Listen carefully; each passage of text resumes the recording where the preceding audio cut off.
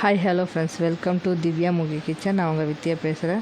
வாங்க ஃப்ரெண்ட்ஸ், இன்றைக்கி நம்மளோட திவ்யா மூகி கிச்சனில் சுண்டல், மசாலா சுண்டல் தள்ளுவண்டி கடைகளில் விற்கவில்லை அந்த மசாலா சுண்டல் தான் எப்படி பண்ணுறதுன்னு பார்க்க போகிறோம். வாங்க வீடியோக்குள்ளே போகலாம்.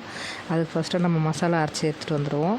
அதுக்கு முன்னாடியே நான் ஒரு 2 மணி நேரத்துக்கு முன்னாடி பச்சை பட்டாணி எடுத்து ஊற வச்சுருக்கேன்.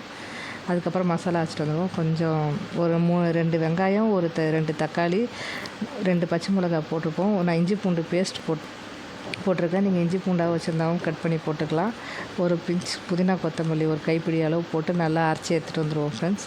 அதுக்குள்ளே நான் விசிலில் பட்டாணி வேக வச்சு எடுத்து வச்சுக்கிட்டேன். பட்டாணி வேக போட்ட ஒரு பக்கம் மசாலா அரைச்சதுக்கப்புறமா வானலில் தாளித்து விட்டுலாம். எண்ணெய் ஊற்றி எண்ணெய் நல்லா காஞ்சதுக்கப்புறமா நம்ம இந்த வெங்காய தக்காளி அரைச்சி வச்சுருக்கோம்ல இந்த பேஸ்ட்டு, அதில் எண்ணெய் காஞ்சதுக்கப்புறம் அதில் போட்டு நல்லா வதக்கி விட்டுக்கலாம்.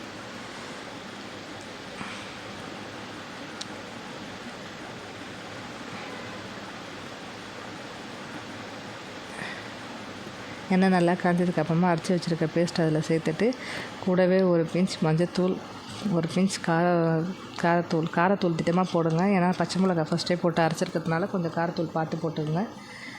நம்ம சாட் மசாலா இருந்தாலும் சாட் மசாலா சேர்த்துக்கலாம். என்கிட்ட சாட் மசாலா இல்லாததுனால நான் கரம் மசாலா ஒரு ஸ்பூன் சேர்த்துருக்கேன். இதெல்லாம் போட்டு நல்லா வதங்கினதுக்கப்புறமா அது நல்லா ஒரு பக்கம் கொச்சிட்டு விட்டுருக்கணும். அதுக்குள்ளே நான் பச்சை பட்டாணி விசில் வச்சு வெந்துடுச்சு, இறக்கிடுவோம்.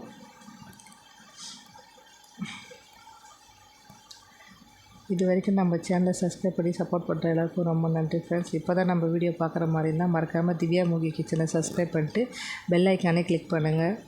அப்போ தான் நான் போடுற வீடியோ உடனுக்குடன் நோட்டிஃபிகேஷனாக வரும் ஃப்ரெண்ட்ஸ்.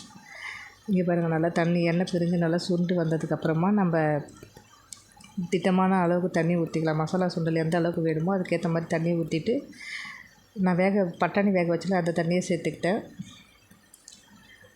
அப்புறம் வேக வச்ச பட்டாணி அது கூட சேர்த்துட்டு கொஞ்சம் பட்டாணி மட்டும் எடுத்து அரைச்சி அது கூடவே திரும்பி சேர்த்துக்கிட்டேன் ஃப்ரெண்ட்ஸ். இது நல்லா சுண்டட்டும் ஒரு பக்கம். அதுக்குள்ளே கொஞ்சோண்டு வெங்காயம், கேரட்லாம் துருவி எடுத்துக்கிட்டேன் ஃப்ரெண்ட்ஸ், கட் பண்ணி எடுத்துக்கிட்டேன். மசாலா சுண்டல் கூட மேலே போட்டு சாப்பிட்டா நல்லா க்ரன்ச்சியாக இருக்கும். அதனால் மசாலா சுண்டல் ரெடி ஆகிடுச்சு. இந்த டைமில் நம்ம அடுப்பு ஆஃப் பண்ணிட்டு கொத்தமல்லி தூவி இறக்கிக்கலாம்.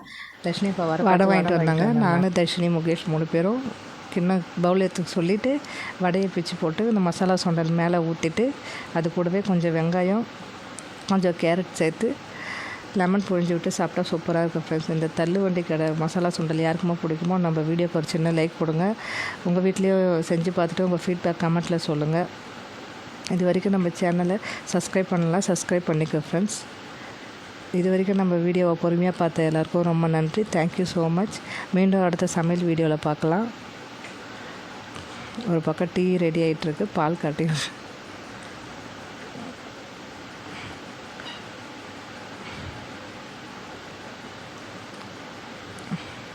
அவ்வளோதான் ஃப்ரெண்ட்ஸ்.